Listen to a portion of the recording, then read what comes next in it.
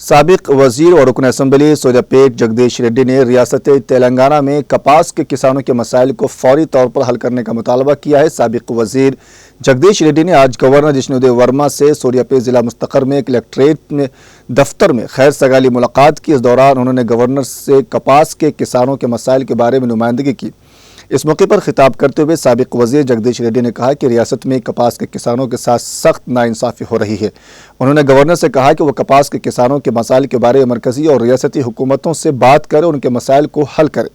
انہوں نے کہا کہ ریاستی حکومت نے سیلاب سے متاثر ہونے والے کپاس کے کسانوں پر کوئی توجہ نہیں دی، ان کی ایک اور روپیہ بھی مدد نہیں کی اور ان کے نقصان کا اندازہ لگانے کی کوشش بھی نہیں کی۔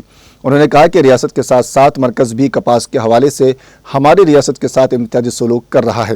اس موقع پر انہوں نے یاد دلایا کہ cotton corporation of India (CCI) نے کئی مواقع پر اس بات کی ستائش کی ہے کہ ریاست تلنگانہ کے کسانوں کی طرف سے اگائی جانے والی کپاس ریاست گجرات کی اگائی جانے والی کپاس سے بہتر اور معیاری ہے۔